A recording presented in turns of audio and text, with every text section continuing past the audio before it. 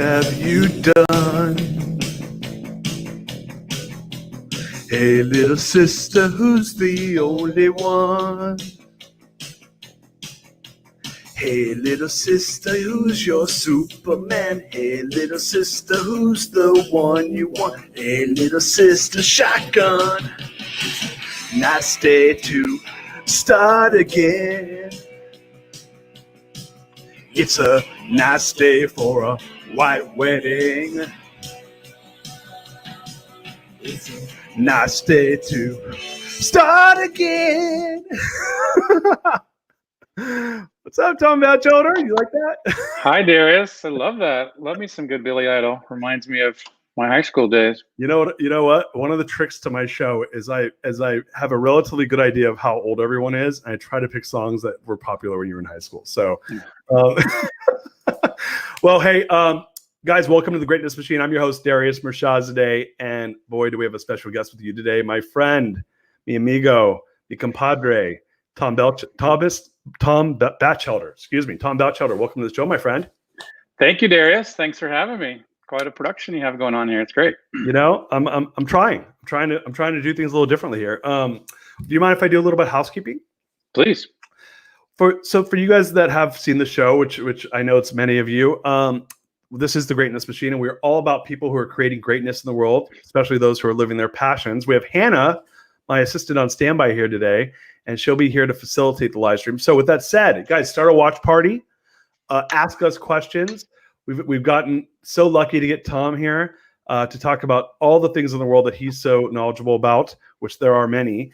And with that said, guys, I'm so excited. I want to give you a little bit of background on Tom. We've known each other for gosh, I guess since old school EO days, at least over a decade. Mm-hmm. By the way, I was talking to one of your old forum mates, Mark Friedler, today. He told me to tell you. Oh, nice. But you guys, Tom is a serial entrepreneur. He's owner and sales expert at Selling 180. He's a multi-time best-selling author. And his new book, Selling 180, is out there teaching people all these best practices and how do you build sales in your business. And I will tell you, and I can't say this about all my guests, but I have actually hired Tom before, and I'm kind of a stickler for hiring people to do sales trainings and sales work with my team. And I was blown away by Tom. And I'm going to tell you the one thing that you did that was really surprising to me. Do you mind if I go there? Please go. So it's probably like 6 years ago. I think that's when you worked with my team. I had a B2B mortgage correspondent sales team, which most of you are like, what does that even mean? But what it means is my guys are out there working with banks and credit unions, and you're working with the boards of the banks, and a lot of these people are pretty experienced salespeople. And so I was like talking to my business partner Aline. I said, hey, I want to bring in someone to work with our team for our strategic. And we have Tom and I have a mutual friend, Anton, and I said, hey, who do you think I should bring in? And Anton's like, oh, have you talked to Tom Batchelder? I said, like we know each other through EO, like acquaintances, but no, I haven't talked to him. So I think I came to San Francisco. We met in San Francisco, and Tom's like, look, it wasn't a negative thing, but it was like, like if it's not the right fit, we're not working together. And it was almost like, and because I basically was like, hey, would you mind coming in for one day to work with my team? And you're like, I don't really do that because there's no reason for me to come and do that and basically take your money and you not get results. Because when I work with sales teams, there's no one and done. This is an ongoing thing, and so it doesn't even make sense. And I don't want to, essentially you're like, I don't want to take your money. Right. And I think I twisted your arm a little bit and was like, yeah, why don't we have you come in a little bit and we'll start from there. But I was so impressed with that. And I never told you that till now. I was so impressed with that because I said that because what that meant to me was you cared more about the results than about taking money from somebody, which is very rare in business and speaks to high integrity as far as I'm concerned. So anyway, thank you for that, man. That was awesome. That was a really big trust marker. So Tell me about that. Practicing what I preach. That's great. Yeah, dig into that. Why did you what is it? What was it that caused you that day to say that? Obviously, there was results in mind, but what is your philosophy around working with sales companies and sales teams, being a sales expert, spending your career, teaching people how to influence those around them to increase their business? What that day? What was it that made you feel like, hey, this is how I do it. This is why I do it. I have this guiding principle that I call high intent selling. So that despite the fact that I want your money and that if you pay me, then I can pay for my kids' private school. And of course, selfishly, like I want to close a deal. I don't want to close a deal more than I want to really do good work and really make sure that I'm the right person to do the work. So I have to just basically force myself and convince myself to focus on high intent selling and to be super clear about what I do, what I'm good at, and where I'm the best fit. And if you want a one and done person to show up and like do a 1 hour, there's plenty of folks that can do that, right? It isn't actually kind of the thing that I do best. And so it's really just kind of anchoring into what I do best. My commitment is to have an impact on sustainable change, not just entertain people. And I also find from a negotiation standpoint and a sales standpoint, it's also a good strategy because it creates a certain level of detachment. So what is unattractive in sales and dating and life is someone who just appears a little needy and a little eager, right? And you can smell that stuff out a mile away. Mm-hmm. So with someone like you in particular, I have to be on my game, and it can't be fake. It has to be real, but I have to really make sure that I don't appear as if I'm needy, that I don't actually need your business. Now, it needs to be not like a technique and a move, because you could also smell that out too, right? So it has to be authentic and real. So a lot of it is just high intent selling, knowing where I do my best work, making sure that I'm not sounding needy. And actually that makes me more attractive, and I can come from more of a position of strength, especially with a powerhouse like you. Yeah, no, it worked. And it worked because, to your point, especially those of you, and I'm going to tell you guys, start a watch party for this if you're listening. We got some friends that I'm seeing that are popping on. Start a watch party, because this is one of those things where most people don't get to spend time with the Tom Batchelder. I mean, it's one of those rare moments where you get to really pick the brain of a professional. And ABC, always be closing. We're all selling out there. Whether you are in a sales position, or you're trying to move up in your career, or you're trying to convince someone that you care about to do something that you want them to do, we're all selling. So I always say life is sales and sales is life. With that said, yeah, I think that there's a lot of truth to that, where you put yourself on a pedestal when you're like, I don't need the business, and I don't want the business, to your point, if I can't give you, it can't be mutual value, right? Like, you're getting money for your time, and you want value to be created in as part of that. And so let me ask you a question, because right now there's a lot of businesses out there going through a pretty tumultuous time. Right. We got some people that are the winners of the COVID world, and we got some people that are the losers, and we got a lot of in-betweeners who are trying to figure it out. And what I find is that when that happens, the salespeople, the sales team, the product, all that stuff kind of gets wobbly. What are you seeing? What are you promoting? What do you support? How are you supporting people with this? For those that are wobbly, the thing that I'm most helping them with is focus. So what happens is, when we get in scarcity mindset, we start scrambling, and then all of a sudden going after whatever scraps we can find. And it's actually kind of the beginning of the end. And so really focusing in on, where is our sweet spot? Where is our ideal client? Or we have to pivot and find a new ideal client and a new sweet spot in this moment, and get really focused. This is where we do our best work. This is where we can have the most amount of influence. This is our best chance of closing business. And staying really focused on a sweet spot, or finding a new one, and being really careful about getting too scattered, freaked out. That's the beginning of the end. So a lot of it is like just actually more focus, not less. That's the first thing that I would say.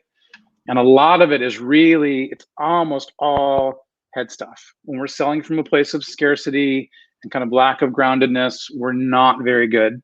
And so I'm also actually really encouraging people to spend, if they're having a bad day, don't try to sell. Give yourself the day off, give yourself the hour off. Don't, when you're like in a scrambling, having a rough day, start firing off a whole bunch of really crappy emails to prospects. So being really diligent about managing your time and energy, staying focused. Less is actually more right now in a number of ways, and just like keeping your head, only really actively be selling when you can really be in the right mindset. Otherwise, you're just wasting your time. Yeah. So it's funny you're saying that, and I remembered you had some really, really interesting ways you approach sales through email and through, you know, the prospecting and just some really like just well thought out strategic ways of approaching clients. And going back to what you just said a moment ago, though, I had this moment in 2000 and I want to say 8 or 9 where like I basically I don't love sales. My brother loves sales. I mean, he loves sales. I like sales. He loves sales. And there's a difference. I love scale. He loves sale, right? So I like to scale the business. He likes to scale the sale. And so he was my partner. And literally I brought him in to be my business partner because I'm like, you handle the sales. I want to go build the business. Is that cool? And so we did that. And that was 2003 until 2008, 5 years. I was off the pipeline. And then the business was hurting so badly because we were subprime mortgage lenders. So we were getting crushed so badly that like literally we hadn't taken a paycheck in like a year and a half. We was like, hey, dude, our business is small and you have to sell again. Like literally you got to get back on the pipeline. And so I was kind of bummed and because I didn't love sales, right? So I was doing something I didn't necessarily love, but I knew I had to. And something happened though, that my first day I got back on the pipeline. Like I said, I like sales. And I'm actually pretty good at sales, but I'm not, my brother's like a savant at sales. And so I got back on the pipeline and my business was doing crappy. We were getting crushed and I made a couple sales that day and I felt good. I got a shot of endorphins in my body. Like I felt that like that rush of getting a couple good ones under the belt. Right. And I learned something that, when I'm not doing well, I got to go for easy wins, right? And in baseball they call that a slump buster, right? So, what in other parts of life I think they call it a slump buster too. But what do you like? So if you're managing a group of people and their heads aren't in the right place, how do you give them a slump buster? How do you get them how do you get the team recentered and refocused if they know that's going to be a long slog? Like what are your thoughts on that? Well, I mean, kind of to the slump, or using a baseball analogy, looking for singles and doubles versus triples and home runs, right? So just looking for momentum. So a lot of it, like that was an example of just some positive momentum and some leading indicators to keep you engaged. So keeping everybody engaged, yourself or your team, is what it's all about. So looking for ways to celebrate singles and doubles, smaller deals, even when we're used to celebrating kind of the bigger deals. So celebrating the singles and doubles, and also finding ways to celebrate the leading indicators. So the things in which we're going to do that are going to lead to business. It's like, oh, well, we've never done a good job of creating content and writing a blog or doing an event. But we did that. We created content. We did a blog. We did an event. It's like doing all the little things that people can do to get better at, use this moment in time, that are going to be paying off in the future. So celebrating kind of leading indicators, taking this moment in time. All the people that I work with in sales, especially in professional services, none of them were tech savvy enough, especially those over the age of 35. And all of them now, 6 months later, are much more tech savvy than ever before. They all have taken this moment in time to leverage technology to more effectively sell. So my whole thing is also like, hey, this may be a little bit of a rough year, but let's make sure that we're learning new tools and techniques and habits so that we can hit the ground running in 2021 and really make up for lost time and energy. It's so smart, and I want to talk about that in a second. We got a couple friends on over here saying hi. So we got my buddy Joshua Morris at TMS. What's up, Joshua? Thank you for joining us, reaching out, dropping some knowledge, and our friend Mark Friedler, EO alum, F the world. He dropped an FTW. Mark asked a question though. What tools do you like that support your workflow? Oh, well, I am masterful at delegating. So all of my tools are human tools. So Tim Ferriss is one of my mentors from 15 years ago, and I really zeroed in on what are the things that I want to delegate out and hire other people to do for me. And so really for me, my workflow is all about having a team around me, delegating the tasks, keeping the team focused and motivated, effectively communicating what needs to happen. So a lot of my workflow is really about managing a team and really consistently and vigilantly delegating out the things that I don't do well. And so, are you using like a combination of like full-time staff, part-time contractors? How do you think of that?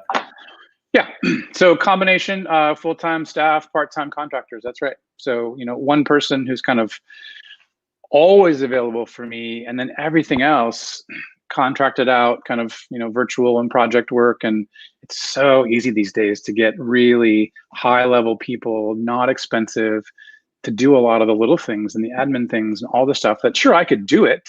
Yes, I could do it, but I prefer to play with my kids and go coach sports or exercise instead of spending an hour working on that particular kind of tech tool. So a combination of those things, yes. Yeah, it's funny. So going back to what you said before around the technology tools. So I'm on the cusp. I'm 42. So I'm young enough where I'm kind of an early adopter. So I happen to, I tend to land on the side of understanding and using technology more than probably the average person. But I had gotten in my last business, the one that you had done work for, it grew quite big. We grew up to almost 1,000 employees. And when you get to that size, like you're not doing, I'm not even like checking my own calendar at that point. Right. Like literally, I you're essentially barely, you don't even have to get up to go get water for yourself if you don't want to, right? Which I did. I still did get my own water, but like your time is super valuable because you have a responsibility to a big organization. And so I was detached from a lot of the technology tools that are being created until I left that position almost a year ago. And then I didn't really do much for a few months. And then I launched my book. And then I was like a company of one, me, right? Mm-hmm. I mean, like I didn't even have an executive assistant anymore, which, boohoo for Darius. But and I didn't have a business really. So I was like, well, I'm not going to go spend money for that. So I started leveraging all these tools. It is insane how much technology there is. Like Calendly, like Calendly is the best thing on earth. Mm-hmm. You know what I mean? So there's so many amazing tools out there for productivity, and they all talk to each other. Loom, I don't know if you guys have used Loom before for sales. Like, what do you think about tools like Loom where I could drop someone a 30-second video message to say what's up? Like, talk about some of your favorite tools because there's so many good ones out there. Yeah, I think you're probably a little more plugged into all the tools than I am. For me, what I've been most interested in is how to make sure to help people use the tools effectively. Okay. So anything related to video selling, I think that is the next thing, right? So how do we create custom messages to get people's attention? And the technology is one thing. So Loom is great. And I think we can all, so that kind of tool I think is really wonderful. Actually, I was just building a class last week for video selling. And I find that most people who present are really crappy at it. Really, really bad. They don't actually know how to talk about what it is that they do in a sentence or two. They ramble, they're not focused. They seem a little nervous. And so, but video is really a wonderful tool. Plus, you can edit yourself, which is great, right? So actually, I think video selling is also just a great practice. And even now, selling through, like a lot of my clients are just using Zoom to have meetings and pitches, right? But they're doing a much better job now of preparing for those and not just winging it. Because the handoffs are more awkward if you don't prepare. And you have a lot less time. So I have a guy putting the video together for me, and he was saying that 2 minutes is forever on video. Yeah. It's like 30 seconds at most, 20 seconds. And then you need to like keep things moving, right? So I think everyone is getting and needs to continue to get just better at tight, short, sweet, get to the point, make sure you're prepared. It's a really, actually all of the things that people are improving are all the things that I've been teaching anyway. And they're just being more forced to focus on. Yeah. Simplicity of message, compelling message, preparation, staying tight, being human, So regardless of the tool, for me, it's a really kind of glorious time where folks are working on that. And there's kind of nowhere to hide too. You just look really bad if you're stumbling around on a Zoom call. And you're also just more exposed these days because more people are seeing you than just kind of being in a boardroom. So. Yeah, it's funny that, like I'll get on, I actually make people get on video with me just who are selling me just on purpose to try to feel them out. Right. And then I offer the same. And what I notice sometimes is people won't come on video, and I'm like, that's actually it's a trust marker to come on video. When they won't do it, I'm like, why aren't you coming on video? And I say, hey, do you mind turning your camera on? If I even have to ask, that's a negative, right? So it's funny the state, and I come from a pretty robust, background of either running or building sales, and so it is funny to hear some of the things you're saying, which I think people took for granted in a more analog world, and now it's quick. You have to be on your toes, and it's serving people well to have those skill sets. One of the things you said there early on that I want to go back to, and this is something where I'll use myself as an example. Right now, my book just came out. I'm a fellow author, and I bought your book, by the way. It hasn't shown up, but it'll be here any moment. So congratulations. Thank you, Tom. I can't wait till you read it. I love your feedback. And if you love it, any one of you, if you love it, please give me a review because I'm trying to build my reviews. I'm considering what can I do with this content to turn it into something bigger. So I'm testing out these ideas. And one of the things I noticed is I'm such an entrepreneur. I'm so unfocused. I'm like shiny object over here. I'm going to start a podcast. I'm going to start a live stream. I got my book. I'm going to do this. I'm going to do that. And my brother, who's a great salesperson, is the most focused person I know. His number one strength with Strength Finder is focus, actually. So what do you think, like when you look at entrepreneurs or sales organizations and this idea around people getting unfocused, how do you help them get more focused on getting those sales under their belt, building that pipeline, staying focused on away from the shiny objects? Are there any things that you promote or ideas you can share? One of my assessments is a simple 5-question assessment, and I ask people to assess kind of where they struggle. And the first is that I am systematic and consistent with my approach to sales and to new business development, and consistency of effort, especially for folks that are either just naturally unfocused or also like in professional services that are seller doers. Consistency of effort is the hardest thing. So what happens is typically people will like sell. Then they get super busy kind of managing all the stuff that they just sold, and then they stop selling and they kind of take a little break, and then they realize, oh crap, there's nothing in my pipeline. Then they freak out and then they like start scurrying around and like they sell, then they stop. So for me, one of the core, were 2 key words kind of to the essence of a lot of my philosophy. And one is just, it's really simple. It's consistency, but it's making commitments to things that you can do every day and every week that are sustainable. So I'm interested in sustainable change, not just like, so consistency. So just committing, we all overcommit. I'm going to make 30 cold calls today. I'm going to send 1,000 emails today. I'm going to reach out to 20 people in my network tomorrow. No, you're not. And if you are, you can't do that every day. Right. How about if you just do 5? What if you just do 1? What if you just do 10? So for me, it's about consistency, building habits, pushing ourselves out of our comfort zone. And it's really like consistency over a period of time, doing the things that we might tend to avoid or that we're kind of just up and down about. That's one of the underarching principles. It's not sexy at all, but it's one of the most important things that I have found for folks that are particularly successful in sales. Yeah, it's interesting. So that building that habit muscle, right? Like that's getting people in the habit, because I love where you're going with this, which is, and I found this a lot with, people kind of, there's, Jack Daly, I'm sure. And Jack says, salespeople will work as hard as they need to satisfy their vices, right? Which is great. Love that. It's like one of my favorite quotes, right? Mm-hmm. And so I can take, if I know that I got a guy that's a girl that's $200,000 a year person, I could cut the territory in half and they'll figure out a way to hit their 200,000. But, but if I want them to get to 400,000 and all they need is 200,000 to live their life, there's no amount of leads I'm going to give them. There's no amount of assistance I'm going to give them that's going to get them above that. And so his perspective was, just start cutting their territory and making sure you have other people to handle those leads. I like this idea of is building the habit muscle, because I do think that in anything, whether it's diet, exercise, business, what are the habits that we're going to do to actually, hit the goals we're trying to hit? How do you do goals with salespeople or teams? What are your thoughts around goal setting?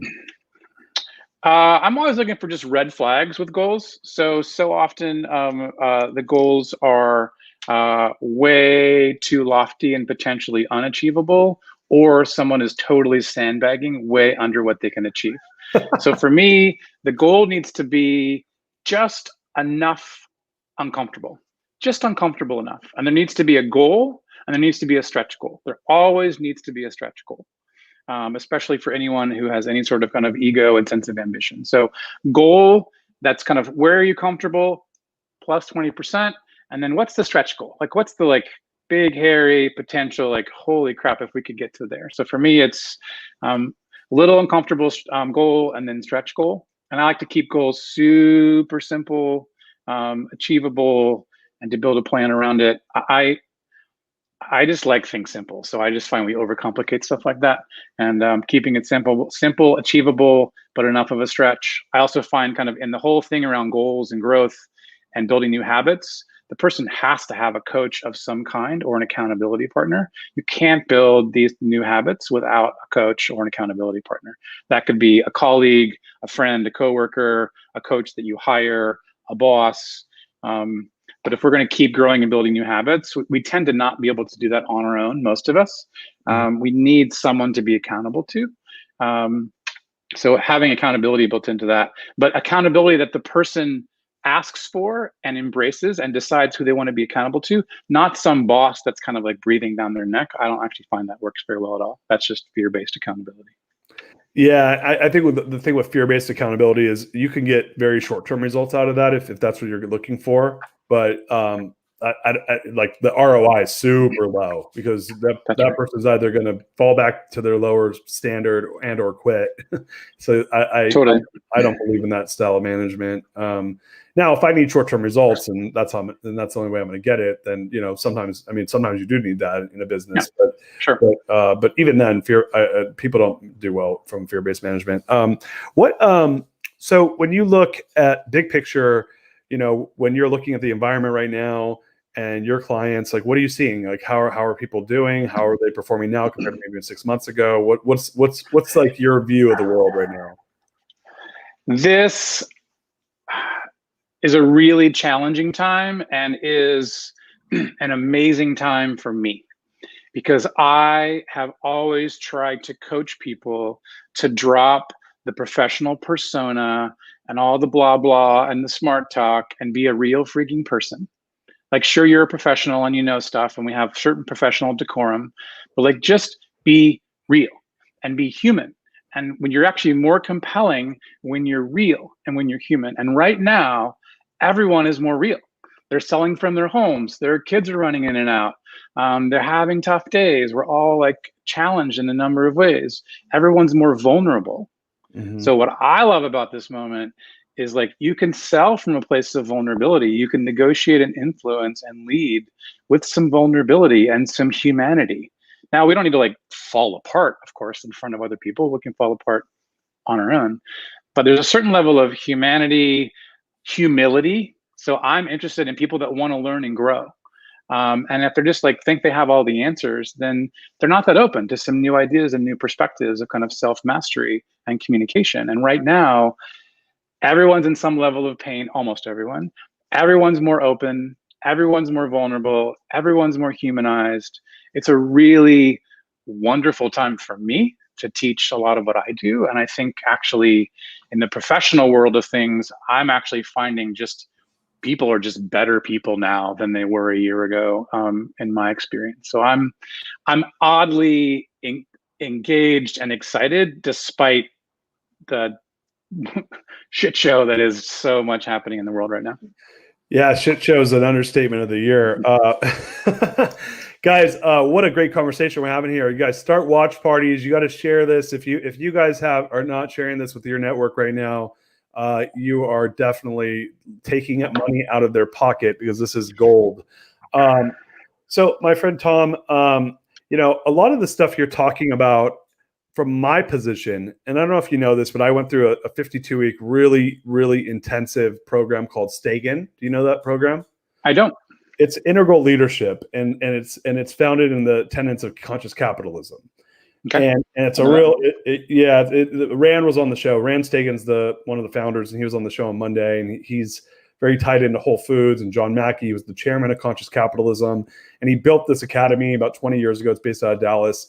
And so a lot of the stuff you're talking about, when I hear you, what the word you're using, the word that kind of bubbles up in my mind is this word awareness, right? Mm-hmm. This word authenticity. And so there's a lot of thought leadership out there talking about what we talked about on the show with Rand, was that right now the world has level 5 problems, and level 3 leaders. And when you start to look at this idea around mindset theory and really, like, it's around consciousness, is around having a higher awareness of oneself and the world around them, and not just looking at things from my own lens, but maybe even looking at them from your lens or the lens of the person I don't know, and trying to empathize with them. And so I know that you've done a lot of work in your life and on yourself around having a higher awareness. How do you think, like, when you talk to people, or if people want to have that higher awareness of oneself and or take that into the business place, what thoughts do you have around that? So for me, I don't actually care about sales per se. I really care about awareness and consciousness and growth for the individual, for the group, for the organization, and ultimately for humanity. So sales is kind of where I play, because it's a really fun place that needs help, and where I can meet people, business leaders and sales professionals both. One of my operating models starts with awareness. So it's more awareness and more discipline, but you can't have discipline unless you have awareness. You have awareness, then you're at choice. More awareness and discipline of your thinking, of your language, so spoken and written, and then of your process, so of the ways in which you're engaging. So awareness and discipline of thinking, language, process. And you can actually run almost every situation, sales or not, through that. Kind of, what's the mindset? How and what am I communicating, written or verbal? And then what is my process for how I'm engaging? And am I engaging from a position of equality, or from a position of one up or one down? So one of my models is just simple, like just 2 V's. So are we coming from a place, V is value, that my value is the same as yours, or am I feeling kind of one down because I need your money and I need your business? Or am I feeling kind of a little like puffed up and kind of, so I feel like I'm one up, which is all ego. Actually, they're both kind of ego in a different way. And kind of finding ways to be equals and just be more conscious, my thoughts, my words, and my actions. And it's such a simple model, and I can apply it in about 100 different kind of very detailed ways, just to help people be more aware. People are just walking around thinking stuff and saying stuff and doing stuff, and kind of habitually not even aware of it. And so a lot of this is actually, there's a lot of psychology behind my approach. I'm actually have a background in counseling psychology and marriage and family therapy and expressive arts therapy, but then I blend it into entrepreneurship and sales and training and coaching. So I love that, man. And going back to Rand has a statement, with awareness comes choice. Maybe he stole that from somebody else, but maybe that's Buddha. Maybe that's a Buddha statement. And it sounds like I love what you said, that I don't really care about sales, but it's around creating value and doing it in this like very hyper aware way where value is being created on both sides. And I always, one of the things I talk about in business, that when I'm looking at a business, because I do actually love looking at businesses and kind of dissecting their abilities. And one of the things that I will tell people when I'm either mentoring or whether I'm just, casually having a conversation about an idea in business, is I say, well, is there scale in the sale? And some people are, well, what do you mean by that? And I say, well, is there scale in the sale? Am I going to be fighting and clawing and kicking and screaming to get someone to actually want to do it because the perception of value is not there, or there's fear, or the product's too complicated? Or can I get a rather average salesperson to do fairly well with the product? And I like the latter, by the way. I want where a pretty mediocre person with a good work ethic can make a very nice living because there's what I call scale in the sale. What are your thoughts on that type of ideology, or how do you apply that in your business? Well, I'm all about finding ways to create scalability in sales organizations in particular, and a lot of that is really most sales organizations hire a bunch of people, have a few steps on a piece of paper, some sort of crappy value proposition, and then just say, hey, just go do your thing. So oftentimes there just isn't an effective and efficient sales process. So really making sure that there is a process, and that we're also hiring and developing and coaching people. There's so much kind of low hanging fruit and opportunity in building a scalable sales organization. A lot of it is coaching and developing people and bringing on people that really want to learn and grow, even if they've been selling for 40 years. Building a particular culture, a growth culture. For me, a growth culture doesn't just mean we're hitting our numbers and we're growing fast. Actually, that we're all learning and growing together. So as a part of sales and negotiation, we all screw stuff up. We have good calls and bad calls and good days and bad days. So how do we do a better job of all improving and getting better? And how can we do a better job of having our sales process that's also competing with the buyer's process? So I have a whole model called their process and your process. Their process for buying is designed to lie to you, withhold information, have you give them a whole bunch of free stuff, tease you, and then eventually probably just go away and leave you hanging and you wonder what the heck just happened. So what is our process? Where from a place of equality, we can negotiate without all the games and all the BS. But we have to be really anchored into our process. Otherwise, we just defer to theirs. They say, hey, fill out this RFP. And we're like, okay, well, wait a minute. Before we do that RFP and spend 20 hours, do we have a few questions we need to ask? Do we have someone we need to actually have a meeting with or a conversation before we decide to invest our time and energy? But we have to have that anchored into our process, our philosophy, our growth culture, and just being a lot more thoughtful about what we're creating and building, as opposed to kind of the typical approach. Yeah, it's funny. I never had much experience on the RFP side until my business. We got into subservicing, and we got in, and then we had an actual advertising agency that we spun out of our business, and where they were doing legitimate RFPs for like the country of, like, we did it for a country in Europe for their tourism department, and it was like I sort of got my group that was running that. They spent 3 months of their time, had to fly overseas, probably spent tens of thousands of dollars minimum just on the, not even on the flights and stuff like that, just on the work. Yep. Nothing happened. And we had some large tech companies that came into us to have us service their portfolio, months and months and months, and decks and this and that and the other, and flying people in and RFP this and RFP that and there's all these different RFs. I didn't know there were so many RFs. There's the RFA and the RFP, and I'm like, what the fuck is all this stuff? And it's like, you're really a slave to that process. And then they go, oh, we're waiting 6 months. I'm like, you just had to spend hundreds of thousands of dollars of our time for you to like take because we were dying for your business. And to your point, that V was very lopsided, right? So people will waste your time, and I think that there's an underestimation in sales and in business around how people will devalue your time, and on top of that, how much where's the real cost in business. And what I found, and this is after running, we're talking like probably over my career over $1 billion in revenue at this point, and like a legit billion, not like I'm passing through someone else's revenue into my revenue. Was like, dude, the most expensive thing you have in your business is your people's time.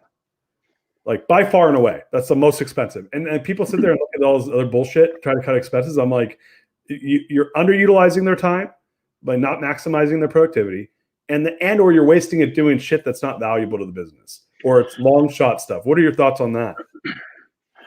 At the core, so I see that every day.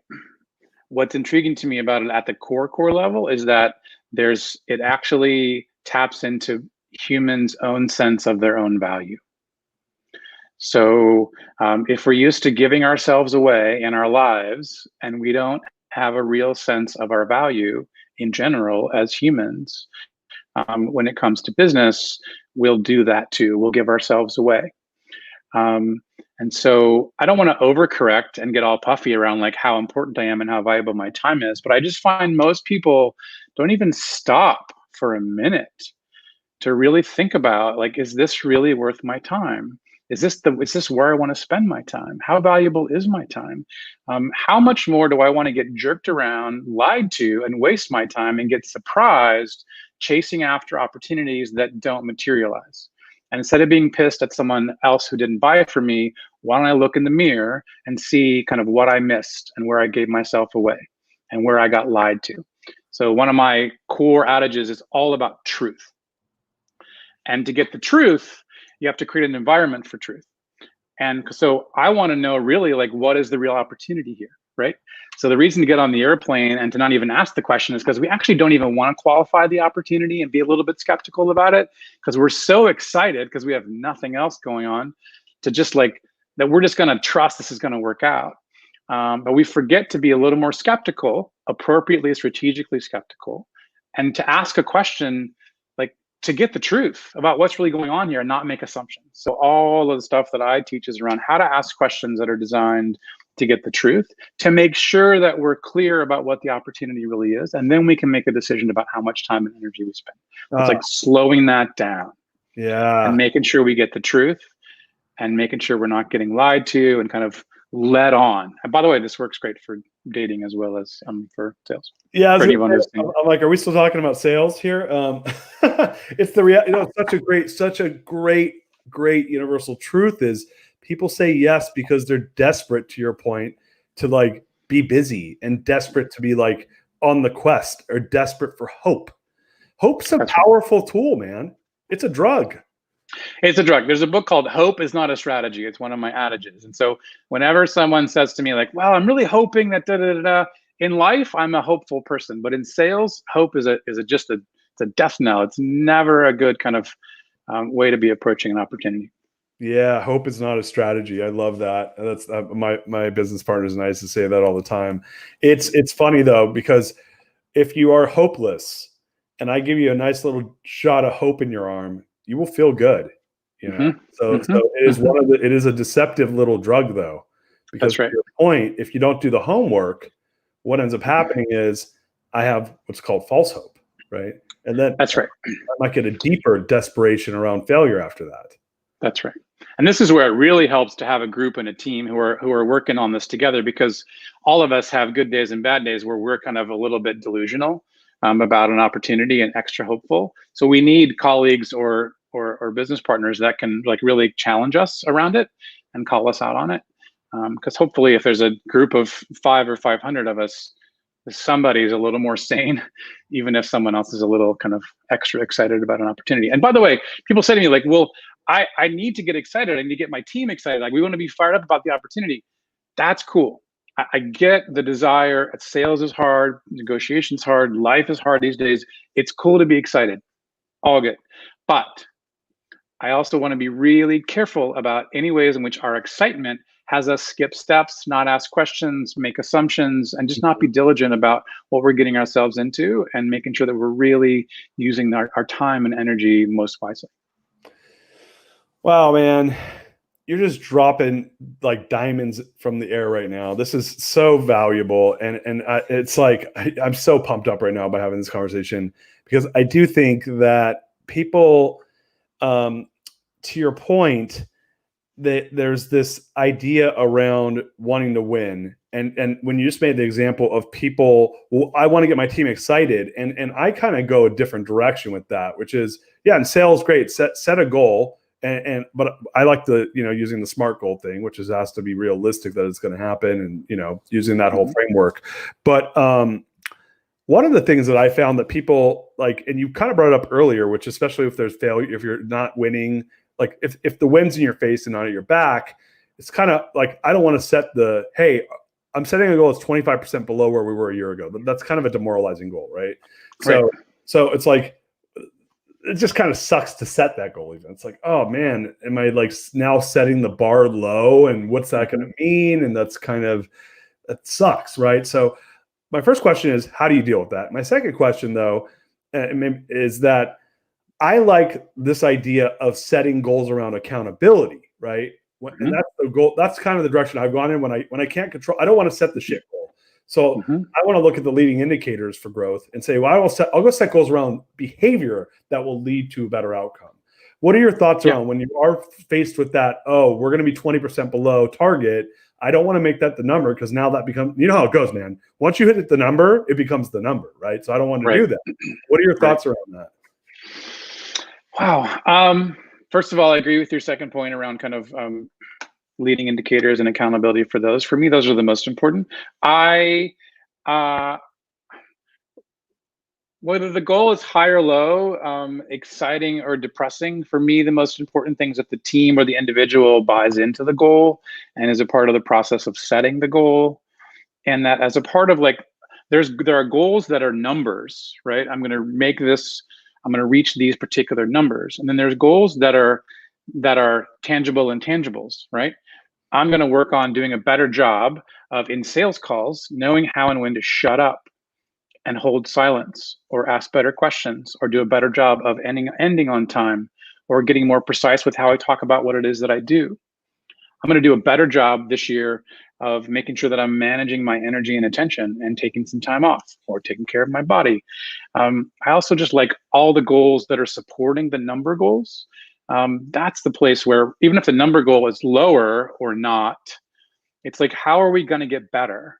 Even if the business goals this year are down and are a little bit depressing, how are we getting better? Like, what are you going to do to get better in these particular areas? I particularly also like to blend the personal and the professional when possible. So for me, it's all about how are we going to get better. And if the number goal is depressing for this year or next, then is there a more aspirational goal 3 or 5 years from now that we can get psyched about? Hey, this is going to be a rough year, but here's what we're going to do. But listen, if we do this, this, and this, it is all going to kind of eventually come together, and we're all going to be okay. And then 3 years from now, we need to be here. Yeah. So making sure that there's some sort of aspirational goal, even if this moment, because we get kind of myopic about the next 3 months or 15 months, but like, what's 3 years from now and 5 years from now? And that could still get exciting, because eventually life will get back to normal-ish. Yeah, and it's a really smart way, because I can't set my goal is going to suck for 2020, call it, or even 21, but I have to position myself for 2023. And in order to do that, there's these things we got to do. And so the goal is really a 2023 goal of this, like, great goal. But here's where we got to be by the end of 2020. Yeah, I know that's not where we want to be, but we got to be there so we can be there 3 years later, right? That's right. It's so smart. My gosh, dude, this was like so pumped right now. You just got me so excited. I don't even have a business to do sales in, and I'm pumped. Oh man. Well, any closing thoughts? Like, anything you want to leave the group with? Where can we find you? All that good stuff. Best place to find me, primarily from a business standpoint, is on LinkedIn. So Tom Batchelder, or Selling 180. My website, selling180.com. You can buy the book, Selling 180, on Amazon. That's the easiest way to get the book. That's kind of it. That's where to find me. I really appreciate the engaged dialogue and conversation, Darius. I appreciate the ways in which you kind of get and appreciate my approach to life and to sales. So thanks for valuing me, and congrats again on your book. I'm looking forward to reading it. And if nothing else, even if the book isn't any good, the cover is killer and the colors are killer. So if nothing else, you're going to move books that way. Plus, you're a badass. So. Thank you, man. I'm trying to do both. Would you mind staying on after for just a couple? No problem. Yeah, sure. I've start the show that way, guys. What a great way to end the week. My gosh, I was like, I didn't know where this conversation was going to go, and I actually tend to not do the business centric guests, but I knew Tom's a conscious dude, man, and you have some really cool stuff going on, and I knew that this was going to be. This was going to be a great call, but a great show, and you blew my mind, man. And I had high expectations. So thank you so much, dude. So much gratitude, guys. We have we have this is the end of the week. I can't believe it. I'm so used to doing so many shows, but yeah, we're done for the week. We got a couple of shows coming up next week, so stay tuned.